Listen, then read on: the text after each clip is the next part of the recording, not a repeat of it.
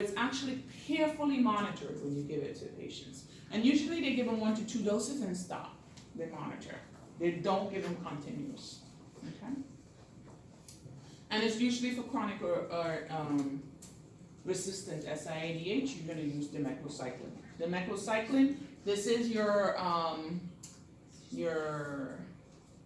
antibiotic, which was a tetracycline drug that they no longer use as a tetracycline. Yes, that's the one. Okay. Diabetes insipidus, insufficiency of ADH. Usually the first thing your patient says to you is, I am thirsty. Okay? If you have a patient that just had a pituitary adenoma resection and they come and they say to you, I am thirsty, you're thinking, okay, I need to monitor this patient's urine output. Your patient's urine output starts increasing, and their sodium goes up, okay? And in this patient, they're a little bit different because what usually happens is they're hypernatremic, okay? So their serum sodium is high, their serum osmo is high, and their urine sodium is low, and their urine specific gravity is low. Because what they're doing is just they're peeing out water. It's just like water, okay? So they have a very low urine specific gravity. They have a very high serum sodium and a high serum osmolarity, okay? And again, it can come from the brain, which is neurogenic, meaning they have insufficient amount of ADH, meaning the brain or the pituitary gland is not producing enough ADH, and that could be because of manipulation during surgery, that could be because of some kind of tumor that's going on, that could be some neurogenic cause, okay? How do you determine if it's neurogenic versus nephrogenic? Nephrogenic usually means it's an insensitivity to ADH. So the collecting docs, you can insert those aquaporins, and when they try, the renal tubules are just not hearing it. They're not responding to it. Okay? So usually that's what's happening with nephrogenic. So how can I distinguish between these two? Just give me your thoughts. Test the levels of ADH. You can test the levels of ADH, yes. An easier way. Kidney function? And urine? The salt? No. With an ultrasound? No. What else?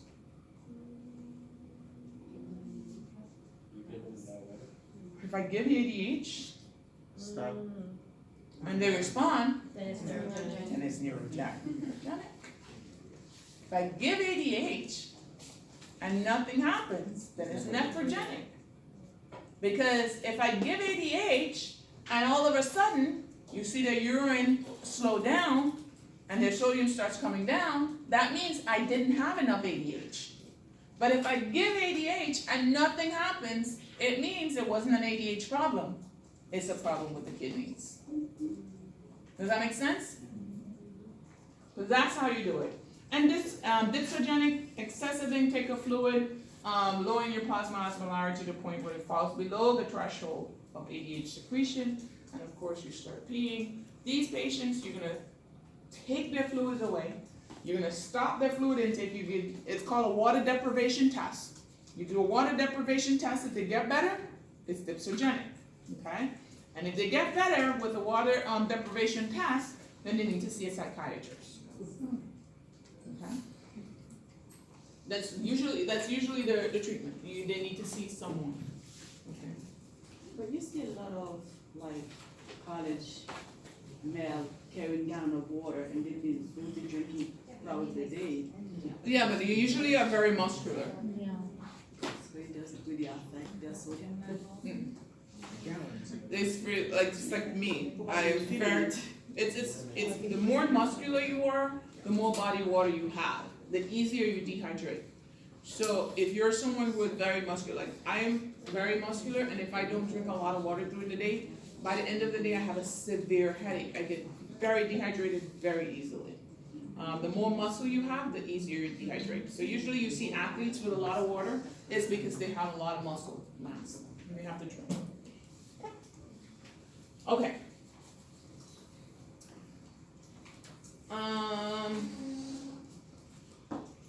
We talked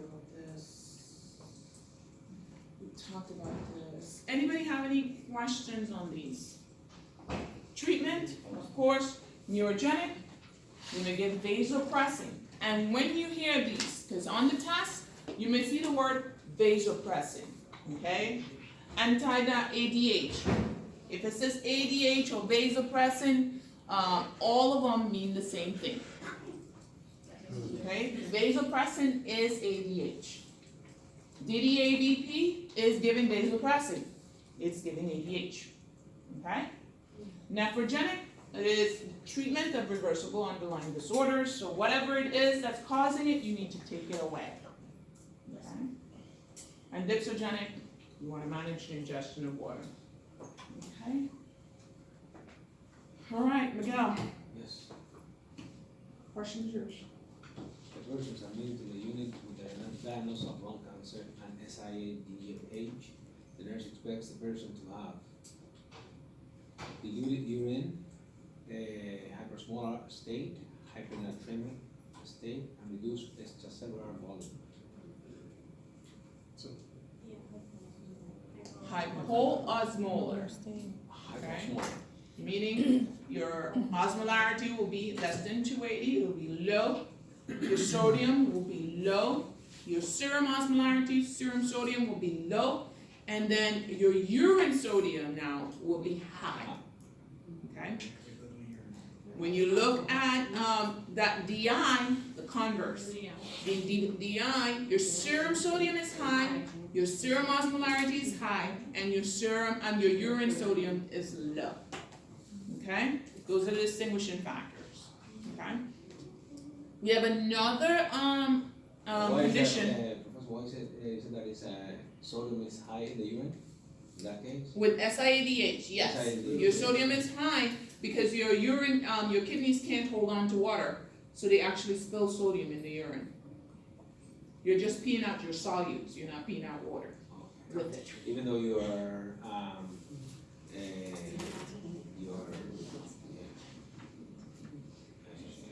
hypervolemic. You're hyporolemic. You're not really hyper. You're euvolemic. It's a euvolemic You believe only with hyponatremia. inappropriate. Yes. Euvolemic. It's a euvolemic hyponatremia. Okay.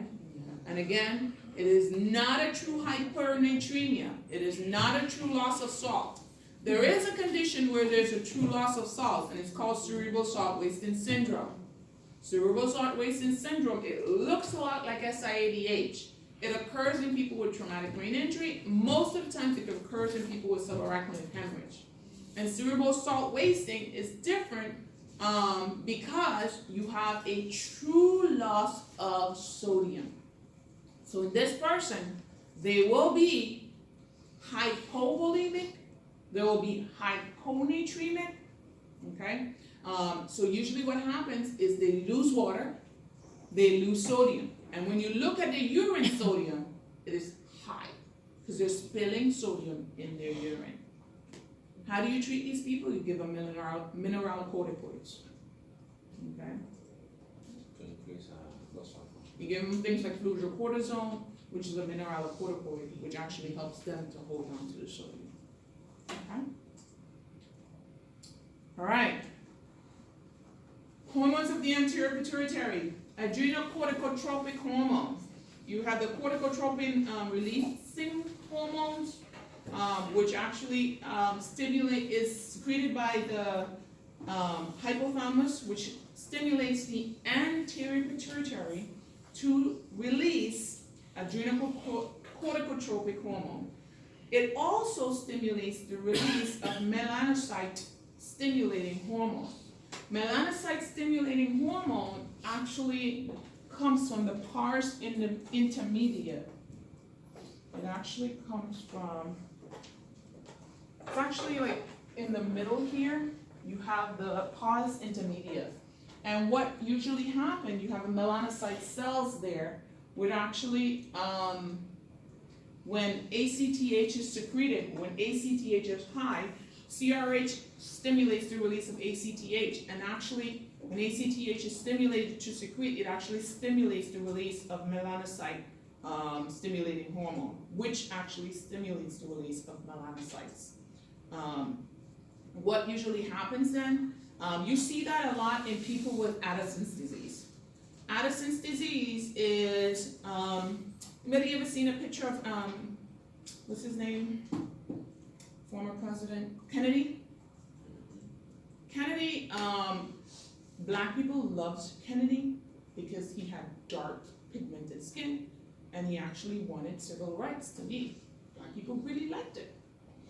And they used to say that he was tan, but if you look at science, he had Addison's disease. He had Addison's disease, and Addison's disease is a hypofunction of the anterior pituitary. He actually had decreased adenocorticotropic hormone. Okay. Well, actually, he had increased adenocorticotropic hormones. He had decreased adrenal gland function. So his adrenocorticotropic hormone could not stimulate his adrenal gland to release cortisol. And that's what happens in Addison's. You have, this works, but the effector organ doesn't work. So you have CRH and ACTH that's constantly being secreted because they go, well, there's no cortisol. But there's no cortisol because, not because this is not working, it's because the adrenal gland itself is not working. So if the adrenal gland itself is not working, you can't secrete cortisol. But the body is saying, well, I don't have enough cortisol. And if the body is saying I don't have enough cortisol, what does the hypothalamus say? I have to secrete CRH. And what does the pituitary gland do? It responds by secreting ACTH.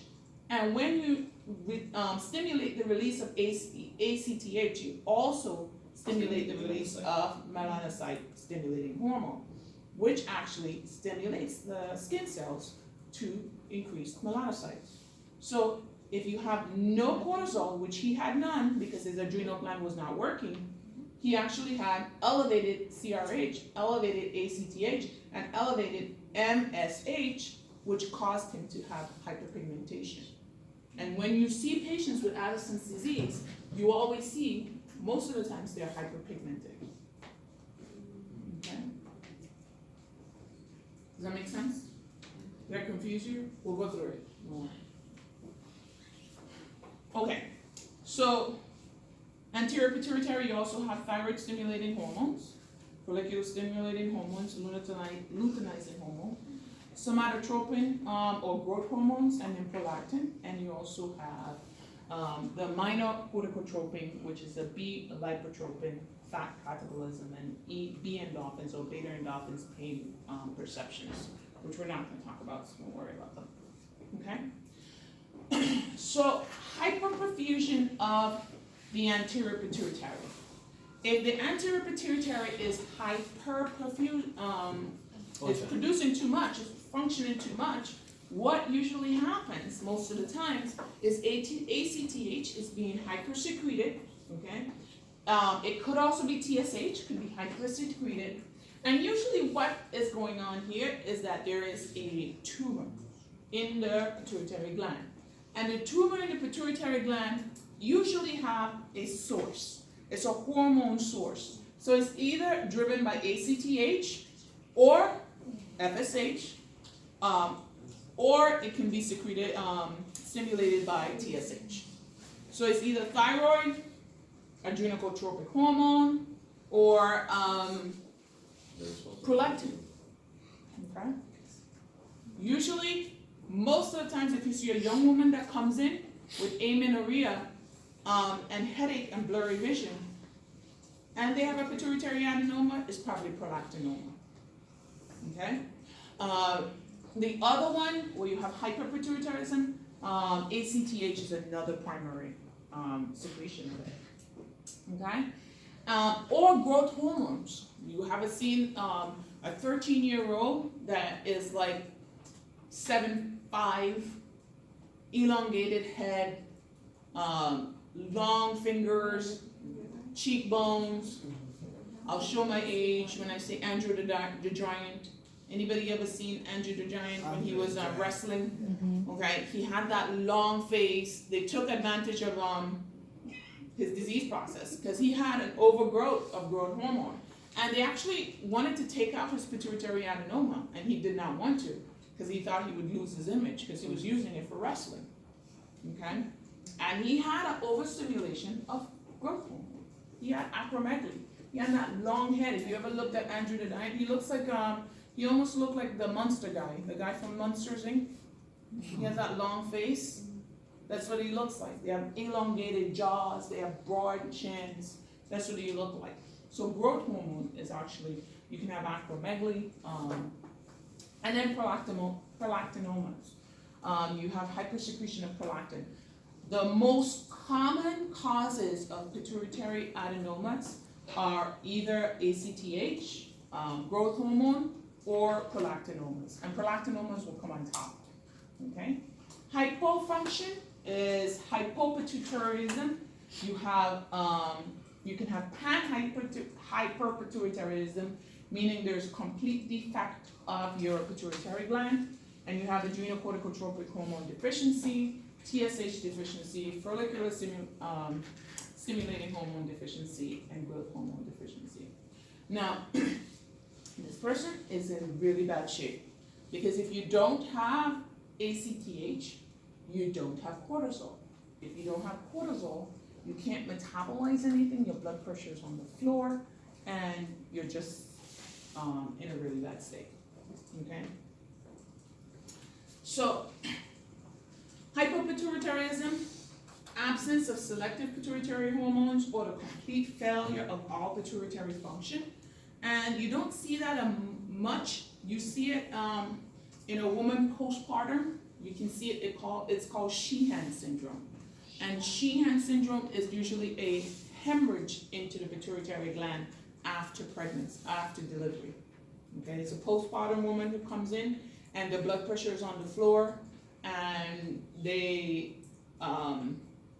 usually is blood pressure is on the floor, they look like crap, and they need circulatory support. They're usually in circulatory collapse. Okay, you have to give them thyroid hormone, you have to give them cortisol, you have to give them everything for them to actually function. Okay, and usually they have to go in and take out the pituitary gland, and you have to support them forever. They're going to need hormones. If you can't produce any of your hormones, you have no chemical messengers. If you think about it, cortisol, you need it for metabolism.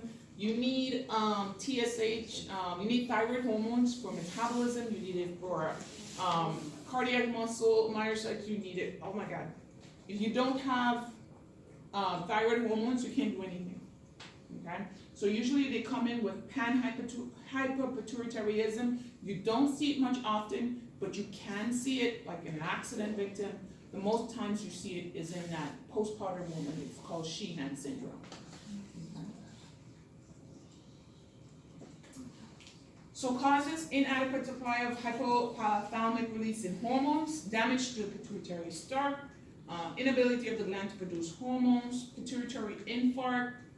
Usually that's the Sheehan syndrome. They usually infarcted and they can implant bleed into it. And then tumor or surgical removal. If the pituitary gland has to be completely removed, they may have to get supported with hormones. Okay? Just. A 35-year-old woman experiences anterior pituitary hemorrhagic necrosis, Sheehan syndrome, after a postpartum hemorrhage. She feels lightheaded, dizzy, and weak. Which of the following hormones are most likely is responsible for her symptoms? All of them? ACTH in this case. Okay? Why ACTH? Because ACTH stimulates the release of what? Cortisol. Okay?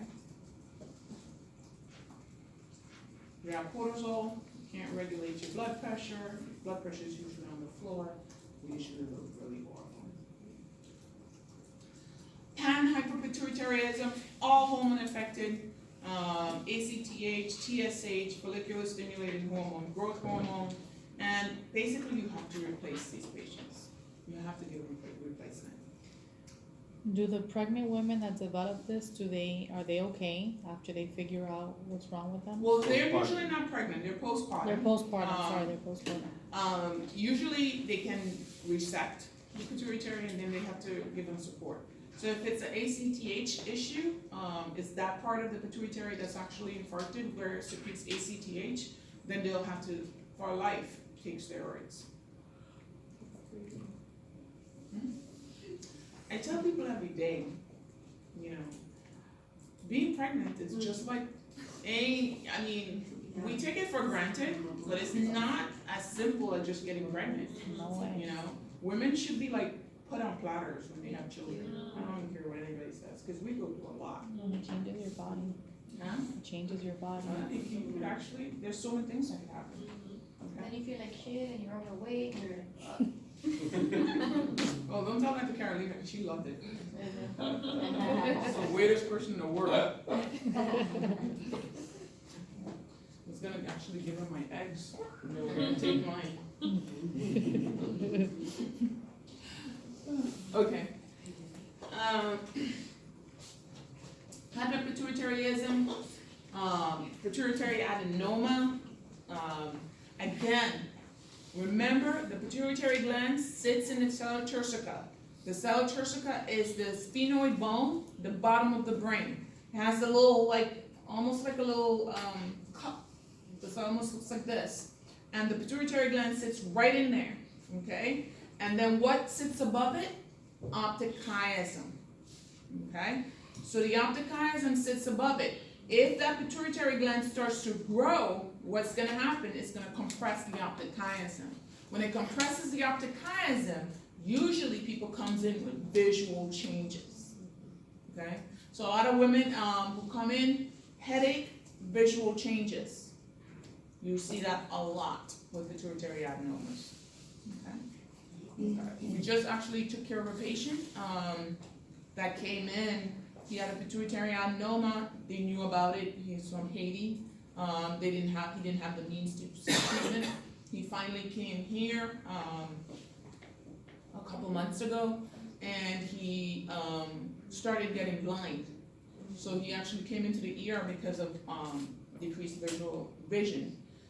And when we scanned him, his pituitary adenoma was so large and it was compressing the optic chiasm completely.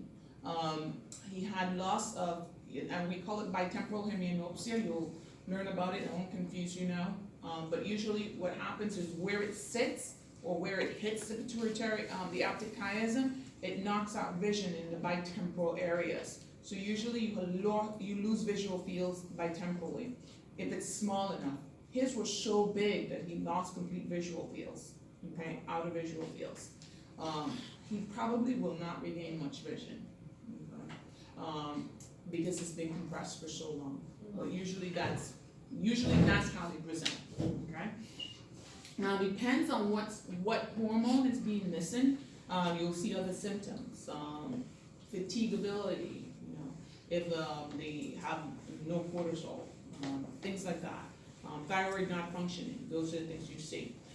Women you see a lot because a lot of pituitary adenomas of women are usually prolactinomas, okay? And prolactin blocks off the secretion of FSH, so actually it decreases the ability for people to get pregnant, okay?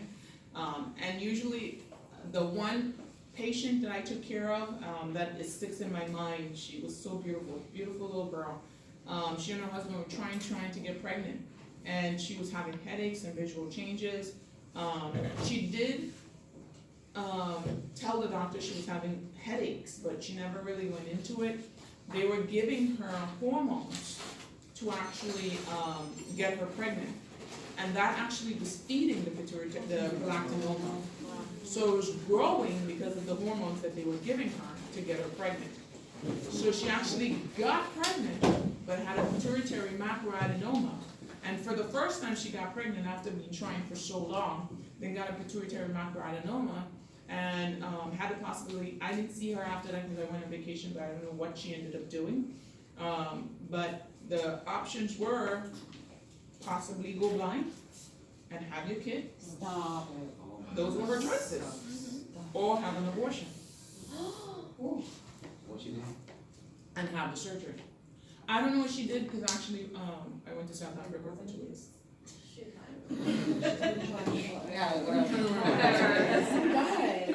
But those were her options because. I need answers. Huh? I need answers. Alright. She would find When out. I came Give us back, the story halfway. I know. He was getting When I complicated. came back, You didn't ask. When I came back, You forgot. they said that she left the hospital. Yeah. She did, Yeah. and she did not follow up with our neurosurgeon. Oh. So I don't, she probably did, Oh my God. but she had a large pituitary macroadenoma that was growing, and she already had visual field cuts. We sent her for the ophthalmologist, everybody saw her, told her the same thing, and it was a prolactinoma. How do you treat the surgical? What is going on? I know, they're turning off.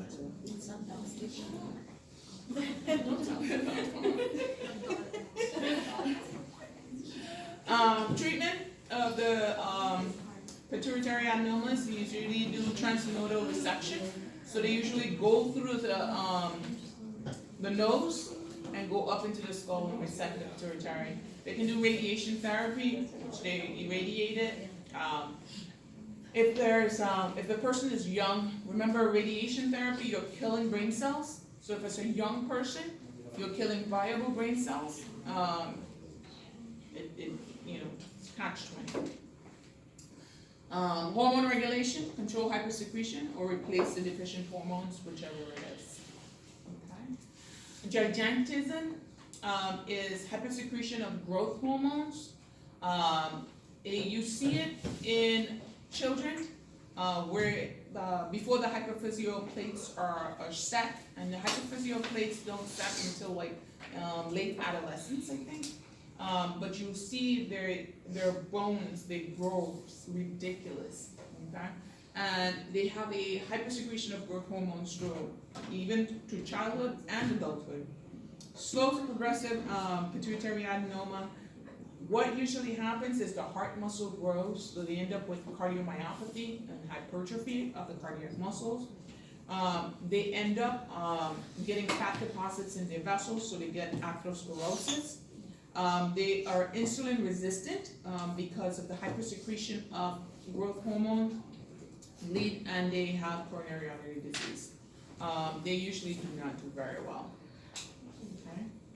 Growth hormone is inhibited. Release of growth hormone is inhibited by somatostatin. So usually people who have a growth hormone excess, you can give them somatostatin to stop the release of growth hormones, to treat it without surgery. But growth hormones actually works on the liver, stimulates the liver to produce the insulin growth factor 1, which stimulates the target organs, which is the kidneys, the heart, the bones and brain, to grow and to function normally. If you have an overgrowth of growth hormones, you can give us somatostatin, and that's what you usually give kids. Okay.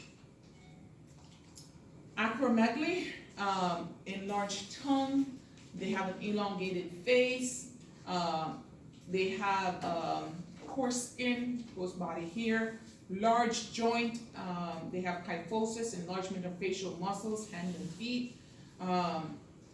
We had a guy who actually was like laying on his bed, in the hospital bed, and his feet were like this much over. Oh. He was that big, just that long. And it was so funny. Not funny, but you know, they couldn't find a bed to fit him. No matter what, they couldn't find a bed to fit him. There was no bed in the hospital. They tried outsourcing and getting a different type of bed. There was no bed to fit him. And I wonder what he was sleeping on at home. He said a lot of times he slept on the floor.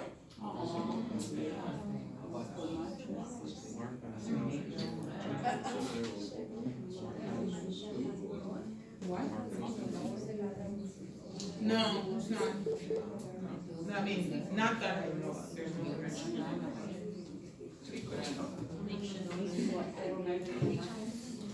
Marfans, they don't really have acromegaly. They have the long limbs and long arms. I don't know what that is. They can have polyuria and polydipsia because of the insulin secretion. Central nervous system syndrome, headache, seizures, visual disturbance, papilledema, depending on what's going on. this is what their face look like. See, he looks like almost like the monsters. No, Frankenstein. No, like Frankenstein. Yeah. Because he has that flat forehead, he has that elongated face, that square cut jaw. It's usually what they look like. This is, you can see them from afar, you see them in the mall, you know they have acromegaly. You don't have to ask 2 questions, you know. Okay? Usually what happens is you need to reset that adenoma.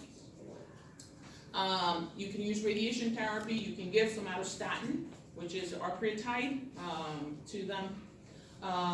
You can give dopaminergic agonists or carbagoline to lower prolactin levels, depending if it's a prolactinemia. You can give pegbostamat to block the growth hormone receptor. Okay, Carlina? A 44-year-old woman presents to her gynecologist with complaints of not having had a period for the last 8 months. She reports a negative pregnancy test at home. Upon further questioning, she reports a daily headache, changes in vision, and a milky discharge from the breast. She has no medical problems and is not taking any medications. On physical examination, she is noted to have galactorrhea and diminished peripheral vision bilaterally. The remainder of her examination is normal. The pregnancy test is repeated and is negative. A prolactin level is elevated significantly. After a thorough workup is completed, she is found to have a prolactin secreting pituitary adenoma. How does prolactinemia cause amenorrhea? I said it a little while ago. Is that FSH? It stops It the blocks the, phagostimulating. yes, it blocks the secretion like of the a gonadotropin releasing hormones. Okay?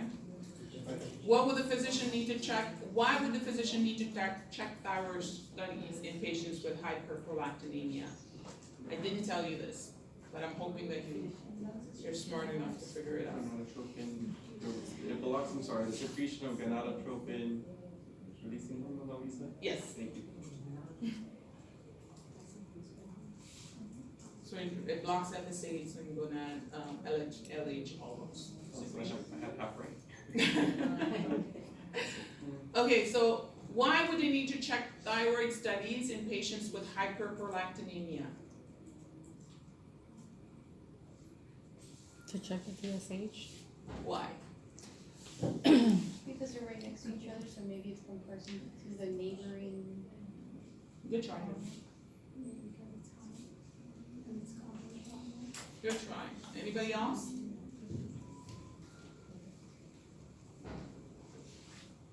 Okay. So